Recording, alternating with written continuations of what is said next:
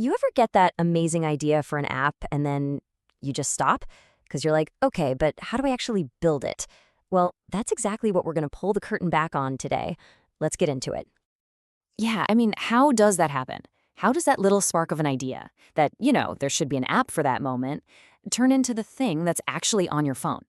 It's a pretty wild journey from just a concept all the way to working code. And spoiler alert, it is not magic. I know, shocking. Behind every single app, every website you visit, there's a process, a really structured, methodical plan. It's basically the roadmap that takes a team from a totally blank screen to a big launch day.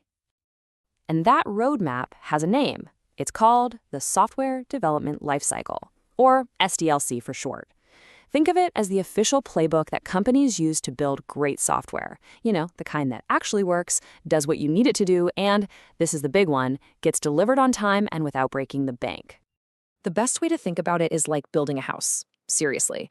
You wouldn't just show up and start throwing down bricks, right? No way. First, you talk to the person who's going to live there and find out exactly what they want. That's your requirements. Then you'd get an architect to draw up the blueprints. That's the design. Then you start the construction, the build. After that, you've got inspections for quality checks. And finally, you hand over the keys and agree to fix stuff that breaks. That's your maintenance. It's pretty much a one-to-one mapping for how software gets made. So here's what we're going to cover. First, we'll dig into what the SDLC really is. Then we'll break down those 6 core phases.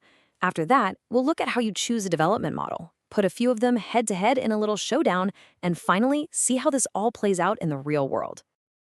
All right, let's kick things off with those core phases. These are like the essential ingredients. No matter what recipe or model a team decides to use, they're always going to have these 6 building blocks in the mix. Okay, so first step is requirement gathering and analysis. And honestly, this is the most important phase. It's where so many projects go off the rails. You have to nail down what you're building and why you're building it. Next, you move into design. This is where the architects map everything out. It's all about solving problems on paper first, because that's cheap, before you start writing code, which is not so cheap. Then you get to the fun part, development. This is where the coders take those blueprints and actually build the thing. Once the code is written, it gets handed over to testing and QA. Their job, to be professional bug hunters, making sure everything works and meets all those requirements from phase 1. When it passes all the tests, boom, it's time for deployment, getting the software out into the wild for real people to use. And that leads us to the final phase, maintenance. This one goes on forever. It's all the updates, the bug fixes, and just keeping the software alive and well for years to come. Okay, so we have these 6 phases, but the real question is, how do you actually go through them? Do you do them one at a time in a perfectly straight line, or do you do them in little repeating loops? Well, that's where the different development models come into play. And this slide just perfectly sums up the core conflict, the 2 big schools of thought. On one side, you've got waterfall. It's super rigid, a straight line. You finish a phase, you sign off, and you never look back. Then on the other side, you've got agile.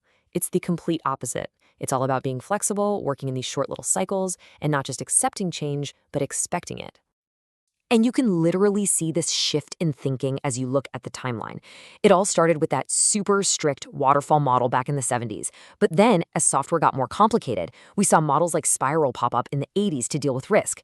The 90s were all about speed, so we got things like RAD. And then, of course, the 2000s gave us the Agile Manifesto, which pretty much took over everything and evolved into the crazy fast DevOps world we live in today. So let's zoom in on one of those in-between models for a sec. The Spiral model was a total game changer. Why? Because it took this idea of building in cycles and smashed it together with a massive focus on analyzing risk.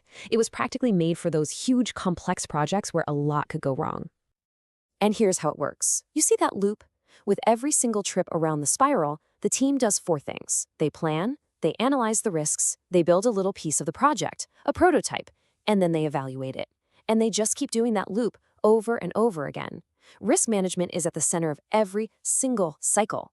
Imagine you're building software for a NASA rover. Yeah, you can see why this would be a pretty good idea. Okay, so we've got all these different ways of doing things, from the straight and narrow waterfall to the looping spiral and the super flexible agile. So let's throw them in the ring and see how they actually compare. But first, and this is maybe the most important point of this whole explainer, there is no best model. It's not about what's trendy. It's about matching the right tool to the right job. Okay, Check out this table. This is where the trade-offs just jump right out at you. Take a look at flexibility. Waterfall, very low. Perfect if you know exactly what you need from day one and it will never ever change. Agile, very high. Built for a world where you know things are going to change. Or how about delivery speed? A startup that needs to get to market yesterday, they might go with RAD. But if you're building, say, the software for an airplane's control system, you're probably going to pick the slower, more careful V model. And that leads us right into the most practical part of all this. How do you actually use these things in the real world? How do you pick the right model for your mission? Let's walk through a couple of perfect examples. All right, scenario number 1. You're building the software that runs inside a pacemaker. The stakes don't get any higher than this. What do you pick? You go with the V model, no question. In this case, there is absolutely zero room for mistakes. The whole point of the V model is that for every single step you take in development, you have a matching test phase planned from the very beginning.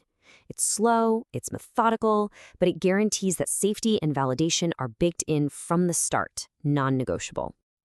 Okay, now let's flip the script completely. You're a brand new startup. Your only goal is to get a prototype, a minimum viable product out the door as fast as humanly possible so you can get real user feedback.